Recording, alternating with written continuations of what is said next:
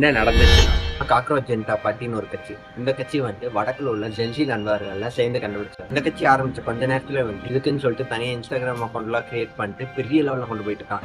எந்த அளவுக்கு பெரிய லெவல்லன்னு பார்த்தீங்கன்னா, ஆரம்பிச்ச 5 நாள்லே கிட்டத்தட்ட 13.7 மில்லியன் ஃபாலோவர்ஸ்.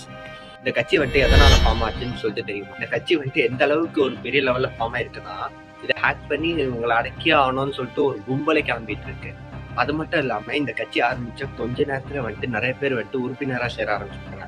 வடக்கு நண்பர்கள்லாம் சேர்ந்து இன்ஸ்டாகிராம்ல ஒரு அக்கௌண்ட் கிரியேட் பண்ணி நாங்க இவங்களுக்கு அகேன்ஸ்டா ப்ரொடெஸ்ட் பண்ணுவோம், இவங்க எங்களை எப்படி சொல்லலாம் அப்படின்னு சொல்லிட்டு இப்படி நினைச்சிருக்காங்க.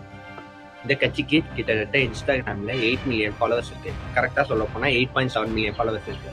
ஆனா காக்ரோச் ஜனதா பார்ட்டி இந்த கட்சி ஆரம்பிச்சு கிட்டத்தட்ட 5 நாள் தான் ஆகுது. இந்த கட்சி கிட்டத்தட்ட 13.7 மில்லியன் ஃபாலோவர்ஸ் இன்ஸ்டாகிராம்ல வந்திருக்காங்க. இதுக்கு மட்டும் இல்லாம இந்த இதுல உறுப்பினரா சேர்ந்தாங்களே, இவங்களாம் கட்சியோட ஹெட், அவங்கள மோட்டிவேட் பண்றாங்க. நீங்க என்னதான் இருந்தாலும் பின்வாங்காதீங்க ப்ரோ, நாங்க உங்களுக்கு எப்பவுமே சப்போர்ட்டிவா இருப்போம்னு சொல்லிட்டு இவங்களாம் சேர்ந்து சப்போர்ட் பண்றாங்க.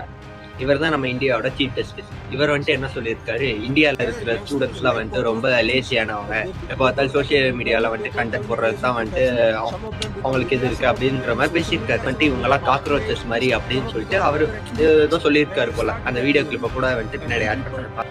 இதை கேட்ட நம்மால் டென்ஷன் ஆயிட்டு உடனே காக்ரோச்சஸ்லாம் சேர்ந்து உடனே என்ன பண்ணும் பாக்குறியா அப்படின்னு சொல்லிட்டு உடனே ஒரு பார்ட்டி ஃபார்ம் பண்ணிட்டார். அது மட்டும் இல்லாம இந்த கட்சியோட மெயின் ஹெட், அவர் பேர் என்ன பாத்தீங்கன்னா அபிஜித் திப்கே. இவர் பேர் அப்படிதான் போட்டு இவர் என்ன சொல்லியிருக்காரு, இந்த கட்சியை நாங்க மிஸ்யூஸ்லாம் பண்ண மாட்டோம், இதை நாங்க கரெக்டான வழியில தான் எடுத்துட்டு போவோம் அப்படின்னு சொல்லிட்டு சொல்லியிருக்காரு. அது மட்டும் இல்லாம இப்ப நீட் கொஸ்டின் பேப்பர்லாம் லீக் ஆச்சுல, இதுக்கு லீக் ஆனது காரணம் இவர் தான் சொல்லிட்டு இவரை ரிசைன் பண்ண சொல்லி டாஸ்கர் கொடுத்துட்டு இருக்காரு. உங்க ஃப்ரெண்ட்ஸ் நிறைய பேருக்கு தெரியும்னு நினைச்சீங்கன்னா like, comment and share. Thank you.